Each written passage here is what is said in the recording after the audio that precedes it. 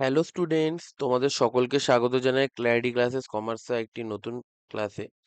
তো আজকে আমরা অন্টারপ্রেনিউরশিপ ডেভেলপমেন্টের পার্ট 2টা শুরু করতে যাচ্ছি। তো আগের দিন আমাদের এতটা অবধি হয়েছিল, তো আজকে এইখান থেকে হবে। কি আছে বলছে, distinguish between creativity and invention. ঠিক আছে, এইটা আছে। এবার ক্রিয়েটিভিটি আর ইনভেনশন এটা বলতে কি, ক্রিয়েটিভিটি মানে কি, যে মাথার মধ্যে নতুন আইডিয়া আসা, এটাকেই বলে ক্রিয়েটিভিটি। তুমি এমন একটা ব্যাগ বানাবে যেটা স্কুলের স্টুডেন্টের বই নিজে ওয়েট অনুযায়ী অ্যারেঞ্জ করবে। ঠিক আছে, এখন তুমি ব্যাগ বানাওনি, শুধু একটা আইডিয়া এসেছো, এইটাই হলো ক্রিয়েটিভিটি। আর ইনভেনশন আমাদের কি বলছে, ইনভেনশন মানে যেই আইডিয়াটাকে তুমি বাস্তবে এনে নতুন কিছু তৈরি করবে, সেটাকে আমাদের কি বলা হচ্ছে, ইনভেনশন বলা হচ্ছে। মানে ক্রিয়েটিভিটি হলো থিঙ্কিং, আর ইনভেনশন মানে হলো ক্রিয়েটিং, এটাই বলেছে। The cognitive or mental process of using imagination to conceive novel, original ideas, generate alternatives or discover new ways of looking at problems and opportunity. এটা creativity. Invention, the physical creation and technical discovery or practical development of an entirely new product or device, mechanism or process that did not exist previously. বোঝা গেল? তো এইটাই এখানে পার্থক্য আছে। এখানে তোমরা ডেফিনেশন বলতে পার্থক্য, নেচার কি, ক্রিয়েটিভিটি কি করে, এটা মনের মধ্যে আইডিয়া তৈরি করে। ঠিক আছে, এটা ইনট্যাঞ্জিবল টাইপের। আর ইনভেনশন কি, সেটা হলো ট্যাঞ্জিবল, সেটা বাস্তবে তৈরি হচ্ছে জিনিসটা আইডিয়া থেকে। এটা প্রাইমারি ফোকাস কি, নিউ কনসেপ্টস ভাবা। আর এইটার ফোকাস কি, যে অ্যাকচুয়াল প্রোডাক্ট নিয়ে এক্সপেরিমেন্ট করা, বিল্ড করা। আর এখানে কোনো মনিটারি ভাবতে কি কোনো খরচা লাগে, ভাবতে কোনো খরচা লাগে না, কিন্তু এইটা বানাতে গেলে কি রিসার্চ ল্যাব টেস্ট করে আমাকে বানাতে হবে। ওকে। আর carries negligible risk as ideas remain purely conceptual. এখানে রিস্ক কম থাকে কারণ পুরোটাই মাথার মধ্যে থাকে, কিন্তু এখানে যখন বানাতে হবে তখন তোমাকে কি রিস্ক ইত্যাদি বেশি হয়ে যায় কারণ কোনো কাজ করার জন্য। আর result in an abstract idea vision, আর এখানে রেজাল্ট কি আছে, ওয়ার্কিং মডেল, সাইন্টিফিক ডিভাইস, আর এখানে আছে পেটেন্টেড প্রসেস, এইগুলো। মানে ক্রিয়েটিভিটি আইডিয়া আছে আর এখান থেকে কোনো একটা প্রোডাক্ট পাওয়া যায়। Does not require market testing, দরকার পড়ে না, কিন্তু এই জিনিসটা ইনভেনশনের পর মার্কেট টেস্টিং এর দরকার পড়ে। ওকে। এবার টাইপস অফ ক্রিয়েটিভিটি, ক্রিয়েটিভিটি 4 ধরনের টাইপ হয়, দেখতে পাচ্ছ, ডেলিবারেট এন্ড কগনিটিভ ক্রিয়েটিভিটি। এইটা কি, ডেলিবারেট মানে কি, ইচ্ছা করে প্লাস নলেজ ব্যবহার করে নতুন আইডিয়া তৈরি। ধরো তুমি একটা ডিফিকাল্ট বিজনেস প্রবলেম সলভ করতে বসে, তুমি কি করলে, রিসার্চ করলে, পুরোনো নলেজ ব্যবহার করে অ্যানালিসিস করলে, এক্সপেরিমেন্ট করলে, শেষে সলিউশন বার করলে। তার মানে এটা কি হলো, প্ল্যান, থিঙ্কিং প্লাস নলেজ, এইটাই হলো আমাদের ডেলিবারেট কগনিটিভ ক্রিয়েটিভিটি। ঠিক আছে, যেরকম থমাস এডিসন, দেখতে পাচ্ছ, অনেক এক্সপেরিমেন্টস করেছে, এক্সপেরিমেন্টস করে তারপর তিনি বাল্ব ডেভেলপ করেছেন। এইটাই হলো ডেলিবারেট এবং কগনিটিভ ক্রিয়েটিভিটি। ঠিক আছে, পারপাসফুল রিসার্চ ওরিয়েন্টেড, এরকম করে তোমরা লিখতে পারো। Individual use their existing domain knowledge, continuous research, এইটাই আমি তোমাদেরকে বললাম। ঠিক আছে, এখান থেকে বোঝার আছে, বাকি তো তোমরা নিজেরাই এখান থেকে নোট দেখে লিখেই দেবে, সেটা কোনো প্রবলেম না। তারপর ডেলিবারেট অ্যান্ড ইমোশনাল ক্রিয়েটিভিটি, এখানে ক্রিয়েটিভিটি ইচ্ছা করে কিন্তু মানে এখানে ক্রিয়েটিভিটি ইচ্ছা করে কিন্তু ইমোশন এবং ফিলিংস এর ইনফ্লুয়েন্স থাকে। ধরো একজন এন্টারপ্রেনিউর বা এন্টারপ্রেনিউর নিজের ভ্যালুস এবং ফিলিংস নিয়ে অনেক ভাবছে। তোমরা কোম্পানি এমন ভাবে চালাতে হবে যাতে এমপ্লয়িরা ভালো এনভায়রনমেন্ট, মানে একটা ইমোশন, মানে প্ল্যান, থিঙ্কিং প্লাস ইমোশন এটার মধ্যে জড়ে আছে। ঠিক আছে, an entrepreneur reflecting on personal values to resolve internal organisational conflicts. তারপর আছে হলো স্পন্টিনিউয়াস অ্যান্ড কগনিটিভ ক্রিয়েটিভিটি। এটা খুব ইন্টারেস্টিং। তুমি ধরো অনেকক্ষণ একটা প্রবলেম নিয়ে ভেবেছিলে কিন্তু সলিউশন পাচ্ছিলে না, তারপর তুমি রিল্যাক্স করতে গেলে, ঠিক আছে, হঠাৎ তোমার মাথায় আসলো, আরে এইভাবে করলেও তো আমার এই এই জিনিসটা হতো। ঠিক আছে, তুমি কনসিয়াস তখন প্রবলেম সলভ করছিলে কিন্তু তোমার প্রিভিয়াস নলেজ দিয়ে প্রবলেম সলভ করছে। এটাকে কি বলে, সাডেন নলেজ, বা যেটাকে বলে স্পন্টেনিয়াস। কি বললে, স্পন্টেনিয়াস। স্পন্টেনিয়াস কথাটার মানে হলো আমাদের, যে বলে না যে একা একাই আসছে, একা একাই আসছে। যেরকম নিউটন যখন গ্র্যাভিটি সম্পর্কে ভেবেছিলেন, তখন কি তিনি ওরা ওই গাছের নিচে বসেছিলেন, সেখান থেকে কি আপেল পড়ে গিয়ে মাথার মধ্যে, তিনি সেখান থেকে এসেছিলেন। ওকে। তারপর আসছে হলো আরেকটা, একটা হলো কি, ডেলিবারেট এর দুটো হয়, কগনিটিভ ইমোশনাল, আবার স্পন্টেনিয়াস এর দুটো হয়, কগনিটিভ ইমোশনাল। আরেকটা হলো স্পন্টিনিউয়াস ইমোশনাল, মানে যখন আইডিয়া হঠাৎ করে আসে কিন্তু তার সঙ্গে কি একটা কম ইমোশন এবং ফিলিং যুক্ত থাকে। ব্যাপারটা বুঝছো, যেমন একজন মিউজিশিয়ান হঠাৎ করে খুব স্ট্রং ইমোশন ইন্সপায়ার হলো এবং সেখান থেকে একটা নতুন টিউন বানিয়ে দিল, নতুন কিছু একটা বানিয়ে দিল তার পাস্ট ব্যাপার থেকে। ঠিক আছে, অনেকে থাকে না মনের মধ্যে যে হ্যাঁ আমি এই জিনিসটা করতে পারতাম কিন্তু করতে পারলাম না, সেখান থেকে অনেকের হলো একটা কষ্ট থেকে বানায়, এরকম দেখায় না, ওরকম টাইপের এখানে আছে। Okay, great musicians composing revolutionary tunes or artists painting masterpiece during the sudden emotions. এটা আছে। তারপর যে discuss the need and role of creativity and innovation in enterprise. এ না কি entrepreneurship। ঠিক আছে, এবার বলছে ক্রিয়েটিভিটি আর ইনোভেশন entrepreneurship এর মধ্যে কি দরকার আছে, কি প্রয়োজন, সেটা মানে রেলিভেন্স কি আছে, রোলটা কি আছে। দেখো, ক্রিয়েটিভিটি মানে কি আইডিয়া, আর ইনোভেশন মানে কি আইডিয়ার প্র্যাকটিক্যাল ইউজ। ঠিক আছে, ধরো তুমি ভাবলে স্টুডেন্টদের জন্য এমন একটা অ্যাপ বানাবো যেখানে এআই দিয়ে কি করা যেতে পারে, অ্যাকাউন্টিং প্রবলেম সলভ করা যেতে পারে, তারা ওইখানে ব্যবহার করতে পারবে। তার মানে এই আইডিয়াটা হলো ক্রিয়েটিভিটি। এবার যখন অ্যাপটা সত্যি তুমি বানিয়ে ডেভেলপার দিয়ে মার্কেটে লঞ্চ করবে, সেটা হলো তোমার কি হয়ে গেল, ইনোভেশন। বোঝা গেল? ক্রিয়েটিভিটি কেন দরকার? ক্রিয়েটিভিটি দরকার এন্টারপ্রেনিউরশিপের মধ্যে এক নম্বর হলো নতুন বিজনেস আইডিয়া অপরচুনিটি এসার জন্য। অন্যরা যেখানে শুধু প্রবলেম থাকে, ক্রিয়েটিভ এন্টারপ্রেনিউর কি থাকে, সেখানে অপরচুনিটি থাকে। সবাই দেখছে স্টুডেন্টের পড়াশোনায় সমস্যা, তখন কেউ কি করলো, অনলাইন টিচিং প্ল্যাটফর্ম বানিয়ে দিল। তারপর আনকনভেনশনাল প্রবলেম সলভিং। আনকনভেনশনাল মানে বিজনেসের সব প্রবলেম ট্র্যাডিশনাল সলিউশন থাকে না, ক্রিয়েটিভ এন্টারপ্রেনিউর নতুন ভাবে ভাবে। যেমন কোম্পানির মার্কেটিং এর বাজেট কম, সাধারণ কোম্পানি বলবে যে অ্যাডভার্টাইজিং একদমই করবো না। কিন্তু ক্রিয়েটিভ এন্টারপ্রেনিউর কি বলে, সোশ্যাল মিডিয়াতে ফ্রিতে মানে অ্যাডভার্টাইজমেন্ট করি। ঠিক আছে, ছোটখাটো ইনফ্লুয়েন্সার দিয়ে প্রজেক্ট এগুলোকে লঞ্চ করে এগুলো। তারপর আছে হলো ওভারকামিং রিসোর্স কনস্ট্রেন্টস। মানে রিসোর্স কনস্ট্রেন্টস মানে স্টার্ট আপ করছো কিন্তু হাতে টাকা কম দাও থাকতে পারে, তাহলে এন্টারপ্রেনিউর কি করবে, কম রিসোর্স দিয়ে বেশি কাজ। যেমন 1 লাখ টাকার মধ্যে থেকে সে ধরো পুরো বিজনেসটাকে দাঁড় করিয়ে দিল, অ্যাডভার্টাইজিংও করলো সোশ্যাল মিডিয়ার মাধ্যমে, এইসব কিছু করলো। ঠিক আছে, তারপরেরটা কি আছে, তারপরটা বলছে যে পারপিচুয়াল রিনিউয়েবল রিসোর্সেস। মানে ধরো কোনো মেশিন পুরনো হয়, কম্পিউটার, কিন্তু কিন্তু মানুষের ক্রিয়েটিভিটি কি বারবার নতুন করে করে আমাদের আসে, তাই তো? মেশিন পুরনো হতে পারে কিন্তু কম্পিউটার, কিন্তু মানুষের ক্রিয়েটিভিটি নতুন করে গেল, আজ একটা আইডিয়া, কাল আরো একটা আইডিয়া।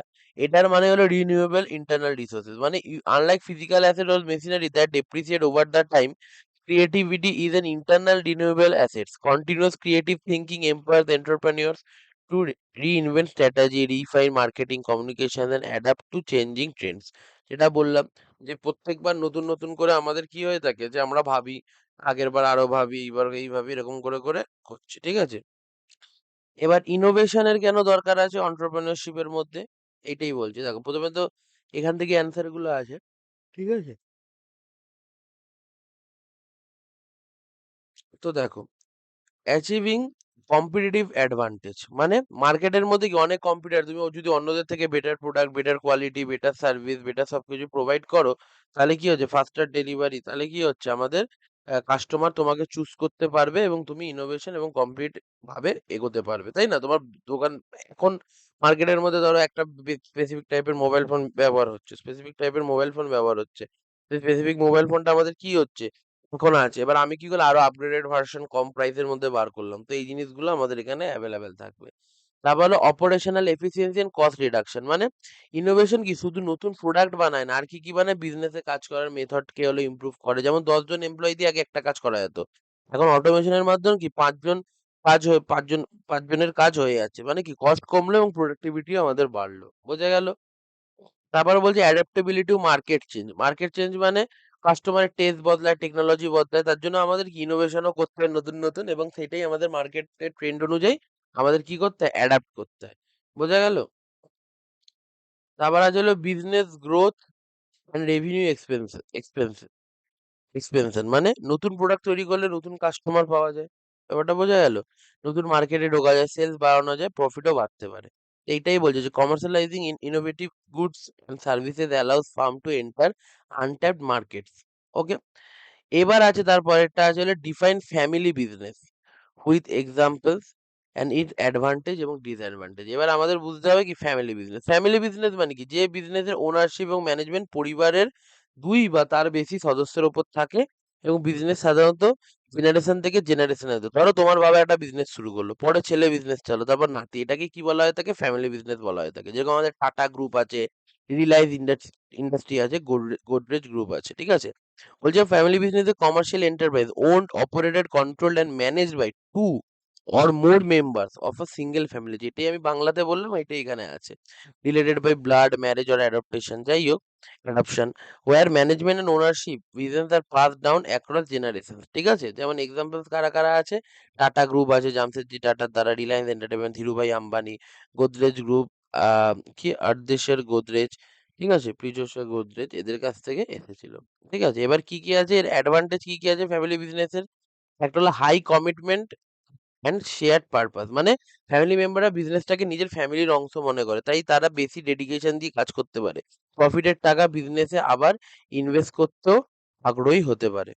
ওকে, তারপর আছে হলো quick decision making, quick decision making and flexibility, মানে ধরো কোম্পানিতে কুড়িটা লেভেলের 20টা লেভেলের অ্যাপ্রুভাল দরকার, ফ্যামিলি বিজনেসে ওনার ফ্যামিলি মেম্বাররা নিজেরাই ডিসিশন নিতে পারে, এদের ডিসিশন কি হয়ে থাকে, দ্রুত হয়ে থাকে, এটাই বলছে যে because major control share holder remain, বলছে যে এখানে quick shifting to market opportunity, তারপর কি যে টোটাল ওনার কন্ট্রোল অ্যান্ড স্ক্যারসি, মানে সেক্রেসি, এটার কথাটার মানে কি, বিজনেসে গুরুত্বপূর্ণ ইনফরমেশন ফ্যামিলি মেম্বার্স এর মধ্যেই থাকে, যেমন ফাইন্যান্সিয়াল ইনফরমেশন, তারপর বিজনেস স্ট্র্যাটেজি, ফিউচার প্ল্যানস, ঠিক আছে, এটা হলো সিক্রেসি, এটা বজায় থাকে, যে সিক্রেট থাকে ব্যাপার। তারপর আছে হলো strong values and brand trust, strong value and brand trust বলতে কি বোঝে, ফ্যামিলি বিজনেস অনেক বছর ধরে চলে, একটা রেপুটেশন তৈরি হয়, কাস্টমার ভাবে এই ফ্যামিলি বহু বছর ধরে আমাদের এখানে বিজনেস করছে, ঠিক আছে, তাই বিশ্বাস করা যায়, ফ্যামিলি একটা হেরিটেজ তাদের বর্তমান থাকে। আবার আসছে হলো ডিসঅ্যাডভান্টেজ অফ ফ্যামিলি বিজনেস, ঠিক আছে, এখানে কি আছে দেখো, প্রথম কথা ইন্টারপার্সোনাল কনফ্লিক্ট অ্যান্ড নেপোটিজম, প্রথম কথা নেপোটিজম বলতে কি, যোগ্যতার বদলে কি করা, যারা ফ্যামিলির লোক তাদেরকেই কাজ দেওয়া, এটাই তো পাতি কথা। তো আর অনেক সময় কি হয়, নিজেদের মধ্যেও ঝগড়া হতে পারে, যেটা হলো নিজেদের কোনো ব্যাপার নিয়ে, যে আমি আমার এই অমুক ছেলেকে, দুটো ভাই আছে, সে বললো আমি আমার অমুক ছেলেকে বা মেয়েকে হলো এগোবো, এই সমস্ত কিছু আছে। তারপর যে limited financial research, family business অনেক সময় বাইরের ইনভেস্টর আনতে চায় না, তার জন্য তাদের টাকাটাও কম থাকে, তাই না, তো এইগুলোই পয়েন্ট গুলোকে বুঝে তোমাদেরকে একটুখানি ডিটেলে লিখে দিতে হবে। তারপর যে lack of professional managerial management skill, শুধু ফ্যামিলি মেম্বার হলেই ভালো ম্যানেজার হওয়া যায় না, ধরো বাবার বিজনেস স্কিল খুব ভালো ছিল কিন্তু ছেলে বিজনেস ম্যানেজমেন্ট অত ভালো জানে না, তাই তাকে ম্যানেজারও রাখতে পারে, যদি না রাখে তাহলে বিজনেস কি হতে হয়, ক্ষতিগ্রস্ত হতে পারে। তারপরে unclear succession planning and limited life span, মানে সাকসেশন মানে কি, যে পরের জেনারেশনে কে বিজনেস চালাবে, যদি এটা ঠিক না থাকে বাবার পরে কে বিজনেস চালাবে, তাহলে ভাই ভাই ফ্যামিলি মেম্বারদের মধ্যে কি ডিসপিউট হতে পারে, এবং হলো বিজনেস লিমিটেড লাইফ স্প্যান, মানে বিজনেস ভেঙে যেতে পারে, বোঝা গেল, খুবই সিম্পল এইগুলো ফ্যামিলি বিজনেস।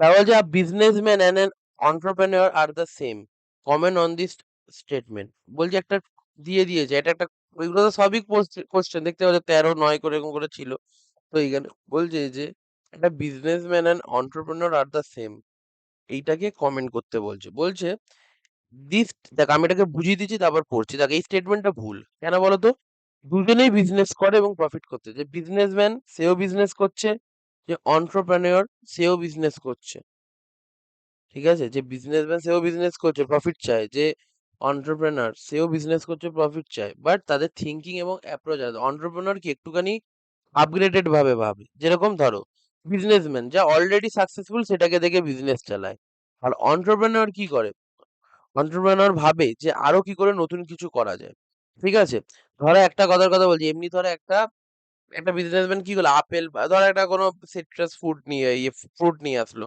ধরো কোনো একটা মৌসুম্বি লেবু টাইপের, ওটাকে এনে কিনে এনেছে ধরো 10 টাকা দিয়ে, সে 15 টাকায় বিক্রি করছে, কিন্তু একজন অন্টারপ্রেনার কি করবে, অন্টারপ্রেনার এটাই করবে যে মৌসুমী লেবু থেকে রস বার করবে, রস বার করে সেটাকে সুন্দর ডেকোরেট করে টোরে সেটাকে 150 টাকা গ্লাস বিক্রি করবে, বড় রেস্টুরেন্টের মধ্যে 150 টাকার গ্লাস বিক্রি করবে, ঠিক আছে, 100 টাকার গ্লাস বিক্রি করবে।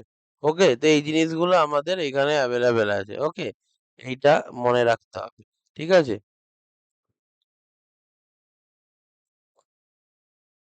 ওকে, তো এইটা আছে ইনকারেক্ট, তো এইটাই বলছে যে এভরি অন্টারপ্রেনার, দেখো এটাই বলি, although both a businessman and entrepreneur operates commercial entities to earn profits, they differ significantly in terms of their thinking style.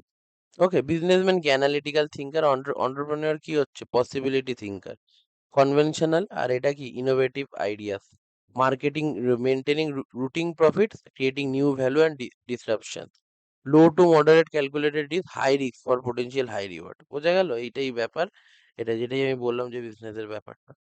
ওকে, এবার আছে আমাদের কি বলছে, discuss the role and contribution of family business in the Indian economy. ঠিক আছে, আমরা লাস্টের দিকে এসে গেছি চ্যাপ্টারের।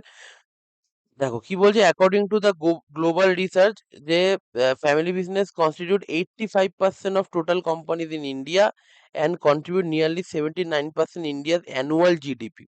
আর India ranks third globally in terms of the total number of public listed family owned business. এবার ব্যাপারটা কি দেখো, প্রথম কথা এখানে কি আছে, substantial GDP contribution and economic growth. সবার প্রথমে বুঝতে হবে যে জিডিপি কি। জিডিপিটাকে বুঝি, জিডিপির ফুল ফর্ম হলো কি, গ্রস ডোমেস্টিক প্রোডাক্ট। একটা দেশে এক বছরে যত গুডস এন্ড সার্ভিসেস তৈরি হয় সেইটারই মনিটারি ভ্যালু হলো, একটা বড় মেজার হলো জিডিপি। মানে তোমার, ধরো তোমার পাড়ার মধ্যে, কথার কথা ভাবো না, মানে ইজিলি বললে তোমার দেশের বাউন্ডারির মধ্যে বা একটা পাড়ার, তোমার পাড়ার মধ্যে কতটা হলো জিনিস তৈরি হচ্ছে, কত লোককে তুমি সার্ভিস দিচ্ছ, কত মানি, কত ভ্যালু ক্রিয়েশন করছো, সেটাই হলো জিডিপি। ফ্যামিলি বিজনেস যদি ফ্যাক্টরি চালায়, প্রোডাক্ট তৈরি করে, সার্ভিস দেয়, ট্রেড করে, তাহলে কি দেশের টোটাল ইকোনমিক অ্যাক্টিভিটিও বাড়ে, তো জিডিপি এবং বিজনেস গ্রোথ এবং ইকোনমিক গ্রোথ হতে সাহায্য করে। আবার আছে হলো, যেরকম টাটা, রিলায়েন্স, মাহিন্দ্রা, এরা কি বড় বড় বিজনেস, হাজার হাজার কোটির বিজনেস করে ইকোনমিক অ্যাক্টিভিটি বাড়ায়। তারপরে হচ্ছে লার্জ স্কেল এমপ্লয়মেন্ট জেনারেশন। ঠিক আছে, ফ্যামিলি বিজনেস শুধু ফ্যামিলি মেম্বারদের চাকরি দেয় না, একটা বড় কোম্পানিতে কি দরকার, worker, manager, accountant, engineer, driver, সব সেলস পিপল। তাহলে কি ডাইরেক্টলি ইনডাইরেক্টলি অনেক এমপ্লয়মেন্টও তৈরি হয়ে থাকে। তারপরে driving nation building and industrialization, মানে ইন্ডিয়ার ইন্ডাস্ট্রিয়াল ডেভেলপমেন্টে অনেক ফ্যামিলি বিজনেস করে, যেমন টাটা, টাটা স্টিল, অটোমোবাইলস, বিড়লা, বিভিন্ন industry, Reliance petroleum, telecom, Godrej, Mahindra automobiles. ঠিক আছে, এটা বিভিন্ন কোর ইন্ডাস্ট্রি ডেভেলপ করেছে এবং ফলে ন্যাশনাল ইন্ডাস্ট্রিয়ালাইজেশন এবং ন্যাশনাল বিল্ডিং করেছে।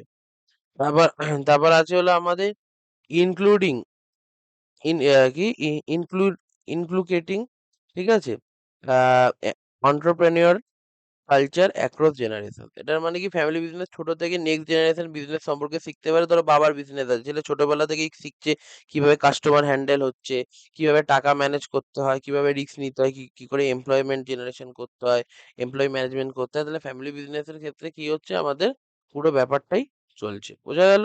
তারপর হচ্ছে regional development and social infrastructure, মানে অনেক ফ্যামিলি বিজনেস কি করে, নিজেদের কমিউনিটির ডেভেলপমেন্টেও টাকা দেয়, যেমন school, road, hospital, community development, welfare, এই সমস্ত জায়গার মধ্যে তারা টাকা খরচা করে। এবং তাদের কি আছে, কর্পোরেট সোশ্যাল রেসপন্সিবিলিটি বা সিএসআর যেটাকে বলা থাকে, সেটাও থাকে, যে সমাজের কল্যাণের জন্য তারা অনেক সময় টাকা ইত্যাদি দিয়ে থাকে। বোঝা গেল? তারপর আছে যে source of conflict in a family business and conflict resolution processes. কি বলছে, যে ফ্যামিলি বিজনেসের মধ্যে একটা কি, যে প্রথম কথা দেখো, একটা ইন্টারেস্টিং প্রবলেম আছে, ফ্যামিলি প্লাস বিজনেস দুই ধরনের রিলেশনশিপ একসঙ্গে। ঠিক আছে, বিজনেসের প্রবলেম কখনো ফ্যামিলি রিলেশনশিপের প্রবলেম হয়ে যেতে পারে। বুঝতে পারছো তো? Source of conflict in family business and conflict resolution process. তারপর দেখো বিজনেস ডাইরেকশন এর স্টাডি। ধরো তোমার বাবা বলছে পুরোনো সিস্টেমে বিজনেস চলবে, ছেলে বলছে টেকনোলজি আনতে হবে, অনলাইন করতে হবে, দুজনের ফিউচার ভিশন আলাদা। ঠিক আছে, এখান থেকে একটা কনফ্লিক্টের সৃষ্টি হয়। তারপর decision making and authority ambiguity. Ambiguity মানে দু ধরনের কথা বলা। কে ফাইনাল ডিসিশন নেবে, এটা ক্লিয়ার যদি না থাকে প্রবলেম হয়। ধরো দুই ভাই দুজনেই ভাবছে আমি ফাইনাল ডিসিশন, তাহলে কি পাওয়ার স্ট্রাগল হতে পারে। আনক্লিয়ার অথরিটি আমাদের কি কনফিউশন এবং কনফ্লিক্টে তৈরি হতে পারে। রোলস এন্ড রেসপন্সিবিলিটি ওভারল্যাপ, যে ধরো কোম্পানিতে দুই ভাই আছে, দুজনেই একই কাজ করতে চায়, আবার কেউ কিছু কাজ করছে না, এতে কি হবে, ডবল ম্যানেজমেন্ট হবে, কনফিউশন হবে, হু উইল ডু দ্যাট, এটা নিয়েও সমস্যার সৃষ্টি হতে পারে। বা যে কম্পেনসেশন এর ফাইন্যান্সিয়াল ডিস্ট্রিবিউশন, এটা খুব কমন, যে ধরো মিস্টার এ, ধরো সেই কোম্পানির মধ্যে একটা ভাই, সে 10 ঘন্টা কাজ করছে, মিস্টার বি খুব কম কাজ করে, কিন্তু দুজনেই সেম স্যালারি পাচ্ছে। মানে কেউ বেশি লেবার, সব কেউ দিয়ে অল্প টাকা পাচ্ছে, কিন্তু কেউ অল্প লেবার দিয়ে সেম পরিমাণ টাকা পেয়ে যাচ্ছে, এটা একটা হতে পারে। Ownership and share equity transfer, মানে ওই প্রফিট ভাগ করা নিয়ে, যে কার কাছে কি প্রফিট যাবে, কি হবে, কে হলো আহ উম, মানে সেটা অংশীদারি নেবে, এই নিয়ে সব নিয়ে। তারপর ইন্টারপার্সোনাল এন্ড জেনারেশনাল ফ্যাক্টর, মানে বিজনেসের বাইরেও অনেক অনেক পাবলিক রিলেশনশিপ থাকে, পার্সোনাল রিলেশনশিপ থাকে, যেমন ভাই ভাই রাইভালরি থাকে না, একে উঠতে দেবো না, ওকে উঠতে দেবো না, পার্সোনালিটি ক্যাচ থাকে, ইগো থাকে। তাদের হলো তার স্পাউসরা, মানে ধর কেউ স্বামী হলে তার স্ত্রী, বা কেউ স্ত্রী হলে তার স্বামী, বোন ভাইও ব্যবসা চালাতে পারে, তারা ইন্টারফেয়ার করে। দেখো না, সেই হিন্দি সিনেমা, বাংলা সিনেমাতে হতো, সেরকম টাইপেরও কেউ হতে পারে। আর রেজলিউশন প্রসেস আমাদের কি আছে, কনফ্লিক্ট রেজলিউশন প্রসেস, এইগুলোই আছে, এগুলোই পয়েন্ট। কি আছে আমাদের এইভাবে মনে রাখতে হবে, সবার প্রথমে সোর্সকে দেখতে হবে, সোর্স কোথা থেকে হচ্ছে। সে প্রথমে আসল সমস্যা কথা, দুজনের কথা আলাদা আলাদা করে শুনতে হবে, কাউকে হঠাৎ ব্লেম করা যাবে না। তারপর দেখতে হবে রুট, তার পেছনে হলো রুট কি আছে। ঠিক আছে, লুক বিহাইন্ড দ্য রুট। শুধু আজকের আর্গুমেন্ট দেখলে হবে না, এক ঝগড়াটা কেন হলো, একদম পিছনে কোনো কোনো প্রবলেম আছে কিনা। যেমন আজ স্যালারি নিয়ে ঝগড়া হলো, কিন্তু এটা ধরো বিগত 2 বছর ধরে চলে আসতে হবে, তাহলে দেখতে হবে যে সবার প্রথমে এই কথাটা কি নিয়ে উঠেছিল, সেখান থেকে উঠতে উঠতে উঠতে উঠতে ব্যাপারটা এত দূর অব্দি গড়িয়েছে। ঠিক আছে, ব্যাপার আছে হলো রিকোয়েস্ট কনস্ট্রাকটিভ সলিউশন, মানে আমাদের কি করতে হবে, সলিউশন জেনারেট করতে হবে। ঠিক আছে, এখন কি সলিউশন হতে হতে পারে, ব্লেম না করে সলিউশনের দিকে। ধরো ও বলবে এটা না, কিন্তু আমরা একটা কি এমন একটা মিউচুয়াল আন্ডারস্ট্যান্ডিং এর মধ্যে আসতে হবে, না তবে বিজনেসের মধ্যে সমস্যা সৃষ্টি হয়ে যাবে। ঠিক আছে, তারপর হলো আইডেন্টিফাই সাপোর্টেবল এবং প্র্যাকটিক্যাল সলিউশন। সলিউশন আমাদের এটা তো করলাম, এইটা প্র্যাকটিক্যাল সলিউশন আমাদের ভাবতে হবে। যে অনেক সলিউশন আসতে পারে, কিন্তু সবগুলো প্র্যাকটিক্যাল না। আমাদের বিজনেসের জন্য ভালো, ফ্যামিলির জন্য অ্যাকসেপ্টেবল, যাতে ফ্যামিলির মধ্যে দ্বন্দ্ব না হয়, এই সব কিছু ভেবে আমাদের একটা সলিউশন রাখতে হবে। তো establishment agreement and prevention rules, মানে শেষে এগ্রিমেন্টে লিখিতভাবে এই কাজটা করা ভালো, নাহলে কি পরে আবার ঝামেলা শুরু হয়ে যাবে। তার জন্য আগে কি করতে, কে কি করবে না করবে, ডিসিশন শেয়ার ট্রান্সফার, এগুলো কি একটা জায়গায় লিখে ভালো করে আমাদের কাজ করতে হবে। বোঝা গেল? তো এইটাই মেনলি ছিল। আর লাস্টের দিকে আমাদের এইটা আছে, দেখো, describe briefly any two contemporary role model in Indian business leader. ঠিক আছে, এটা আছে, অনেকেই আছে, তোমাদের বইয়ের মধ্যে পেয়ে যাবে। এবং একটা থাকে যে ওমেন, ওমেন যে ইন্ডিয়ান লিডার সেরকম থাকে, তার জন্য আমি এখানে মহিলাদেরই নিয়েছি, উমেন ইন্ডিয়ান লিডারদের নিয়েছি। ঠিক আছে, এটা বোঝা গেল। তো মানে যারা হলো বিজনেসের মধ্যে, ইন্ডিয়ান বিজনেসের মধ্যে যারা একটা ইম্প্যাক্ট রেখেছে, সেইগুলো এখানে আনা হয়েছে। যেরকম এখানে কিরণ মজুমদার শ, ঠিক আছে, তিনি কি বাইকন লিমিটেডের হলো ফাউন্ডার এবং এক্সিকিউটিভ চেয়ারপারসন, এনার সম্পর্কে বোঝানো হয়েছে। ওকে, তিনি একজন ইন্ডিয়ান উম্যান অন্টারপ্রেনিওর, টেকনোপ্রেনিওর। তিনি বায়োকন প্রতিষ্ঠা করেছিলেন। বায়োকন কি ছিল, একটা বায়োটেকনোলজি সায়েন্স ব্যাকগ্রাউন্ড থেকে তিনি এসে খুব ছোটভাবে বিজনেস শুরু করেছিলেন। তারপর আস্তে আস্তে তিনি হাল ছাড়েননি এবং আস্তে আস্তে অনেকটা এগিয়েছেন। এবং সেখানে তার অনেকগুলো তার কন্ট্রিবিউশন আছে, biotechnology, R&D, bio similar health care. ঠিক আছে, অ্যাফোর্ডেবল হেলথ কেয়ার দেওয়া, এইগুলো মোটামুটি। আর এখানে ছিল, তোমরা এটা দেখবে। ওকে, তো এখানে দেখতেই পাচ্ছ, এগুলোই আমি শর্টে তোমাকে বলেছি তোমাদেরকে। এখানে কি থাকলে, তিনি জেন্ডার ব্যারিয়ার থাকলেও নলেজ দিয়ে, ডিটারমিনেশন দিয়ে, ইনোভেশন দিয়ে বড় বড় বিজনেস তৈরি করতে সক্ষম ছিলেন। তারপর ইন্দ্রা নোই, ইন্দ্রা নোই কি কি ছিলেন, পেপসিকো, পেপসিকোর হলো ফাউন্ডার এবং সিও ছিলেন। তিনি একজন গ্লোবাল বিজনেস উইমেন। ঠিক আছে, তার হলো পারপাস কি ছিল, যে শুধু প্রফিট করলেই হবে না, সোশ্যাল রেসপন্সিবিলিটিও থাকতে হবে। ঠিক আছে, তিনি global strategy, corporate restructuring, long term growth, এইগুলো তিনি করেছিলেন। ওকে, এই জিনিসগুলো আমাদের এখানে আছে। তারপর লাস্টের একটা প্রশ্ন আছে যে হোয়াট ইজ উম্যান অন্টারপ্রেনিওর, আর what are the major challenges faced by the women entrepreneurs. ঠিক আছে, প্রথম কথা, উমেন অন্টারপ্রেনিওর্স কাদেরকে বলা আছে, যে মহিলা বিজনেস শুরু করে, অর্গানাইজ করে, বিজনেস চালায়, রিস্ক নেন, ডেইলি অপারেটিং ম্যানেজ করে, তাকে কি বলে, উমেন অন্টারপ্রেনিওর বলা হয়ে থাকে। বোঝা গেল? একজন মহিলা নিজের ধরো ক্লোজিং বিজনেস শুরু করলো, তাহলে সে কি হয়ে গেল, উম্যান এন্টারপ্রেনিউর হয়ে গেল। বোঝা গেল? এটাই বলছে। ওকে, বলছি আর গভর্নমেন্ট অনুযায়ী বলছে woman own enterprise is defined as an enterprise own and control by woman having a minimum 51%, মানে যেখানে মেজরিটি শেয়ার উম্যানের আছে। আর এবার মেজর চ্যালেঞ্জেস, এইগুলোই সব করতে, যে 17টা যে প্রশ্ন দিয়ে আমি যে বোঝালাম, এইটাই হলো ফার্স্ট চ্যাপ্টারটা, এর মধ্যে থেকেই আসবে সব। ঠিক আছে, major challenges faced by women entrepreneurs কি কি আছে, সোশিও কালচারাল ব্যারিয়ার। ঠিক আছে, প্যাট্রিয়ার্কি, মানে পুরুষতান্ত্রিক সমাজ, তাই না? অনেক সমাজ এই মূলত কি বিজনেসটা কি পুরুষের কাজ, এইভাবে অনেকে ভাবে। ঠিক আছে, ফলে উমেন এন্টারপ্রেনিউরদের ক্ষেত্রে কি হয়, প্রবলেম হয়, এবং তারা কি যথেষ্ট গুরুত্বও পায় না। তারপর হলো ফাইন্যান্সিয়াল কনস্ট্রেন্টস, মানে কি তারা ফান্ড জোগাড় করতে পারে না, বিজনেস করতে টাকা দেয়, কিন্তু অনেকে মহিলার নামে ল্যান্ড, হাউস, প্রপার্টি ইত্যাদি কম থাকায় লোন পায় না। কোল্যাটারাল দেওয়া কঠিন। কোল্যাটারাল মানে কি, ব্যাংকের সিকিউরিটি হিসেবে অ্যাসেট দেওয়া, অ্যাসেট দিয়ে তারপর অনেক কিছু গচ্ছিত রেখে আমার টাকা তোলা। তারপর হলো operational and managerial mobility constraint, মানে বিজনেসে অনেক সময় ট্রাভেল করতে, যেমন সাপ্লায়ার কাছে, কাস্টমারের কাছে, মার্কেটে ডিফারেন্ট সিটিতে, অনেক সময় সেফটি অ্যান্ড সোশ্যাল ডিস্ট্রাকশনের কারণেও তাদের মোবিলিটি প্রবলেম হয়। ঠিক আছে, এবং এডুকেশনের সুযোগ থাকলেও বিজনেস পরিচালনা করতেও আমাদের সমস্যা হয়ে থাকে। তারপর আছে হলো আমাদের steep market competition and middleman exploitation. মানে ছোট উমেন যদি বিজনেস লিড করে, মার্কেটিং এর নেটওয়ার্ক না থাকে, তাহলে মিডলম্যানদের উপর ডিপেন্ড করতে হয়, তারা বেশি কমিশন নেয়, বেশি মার্জিন নেয়, ফলে কি এমনি সে জিনিসটা কেনার দামই অনেক বেশি পড়ে যায়, তাহলে সে বিক্রি করবে কি করে, মার্জিন কি করে করবে। নেটওয়ার্কিং মানে কি, লোকজনের জানা পরিচিত, অনেকদের মহিলাদের কাছে নাও জানা পরিচিত থাকতে পারে ছেলেদের মতো, এইটার জন্য। তারপর risk aversion and low self confidence, মানে সোশ্যাল কন্ডিশনিং এর কারণে কেউ কেউ বড় বড় ফাইন্যান্সিয়াল রিস্ক নিতে ভয় পায়, এত বড় লোন নেবো যদি বিজনেস ফেল করে যায়, স্মল বিজনেসে আটকে যায়, ঠিক আছে, এবং কনফিডেন্স এবং তাদের হলো একটা ডাউন হয়ে যায়। এর ফলে কি হয় যে পুরো একদম ওদের যে ওভারঅল যে ইকোসিস্টেমটা সেটাও খারাপ হয়ে যায় বিজনেস করার, বোঝা গেল? ওকে, তারপর আছে explain business philosophy and behavioural orientation of an entrepreneur with suitable example. মানে দেখো এইটাও খুব ইজি। বিজনেস ফিলোসফি কি, বিজনেস কি বিশ্বাস করে এবং কিভাবে চলবে তার বেসিক প্রিন্সিপাল। ধরো আমার কোম্পানি শুধু প্রফিট কামাবে না, কাস্টমারের সাথে ট্রাস্ট বিল্ড করবে এবং মানুষের কল্যাণের জন্য কাজ করবে সাথে সাথে, ঠিক আছে, এটাই বিজনেস ফিলোসফি।